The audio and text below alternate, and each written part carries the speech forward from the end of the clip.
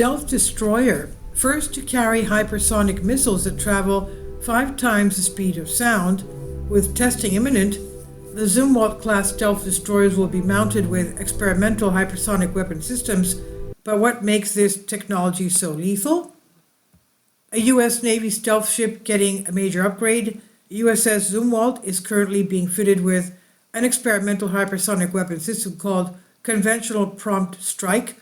Hypersonic weapons are seen as the next stage in non-nuclear warfare, as they enable targets to be destroyed swiftly and accurately and from far greater distances than conventional weapons allow.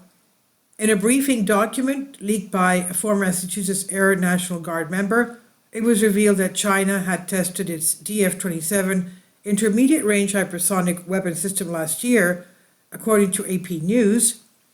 Hypersonic weapons travel at more than 5 times the speed of sound, or Mach 5, approximately 3,830 miles an hour. That's over 6,000 kilometers an hour. Conventional prompt strike launches in the same way as a ballistic missile, but is then propelled by a hypersonic glider vehicle.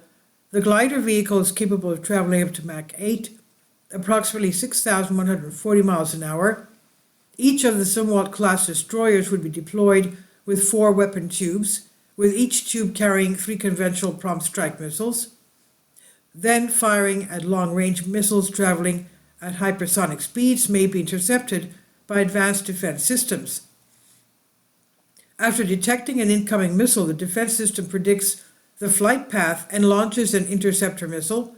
Hypersonic missiles typically have some maneuverability, making them harder to shoot down, although much of the development focus to date has been on maneuverability for accuracy rather than for evasion. They generally tend to rely on being too fast for detection systems to react. The degree of maneuverability also depends on whether the missile is in its trajectory.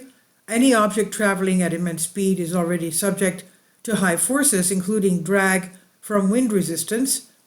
Its own momentum, which keeps it on course, means you would need very high forces to achieve even a small turn.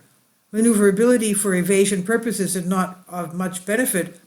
Any turn would cause the missile to lose speed, which would make subsequent interception easier.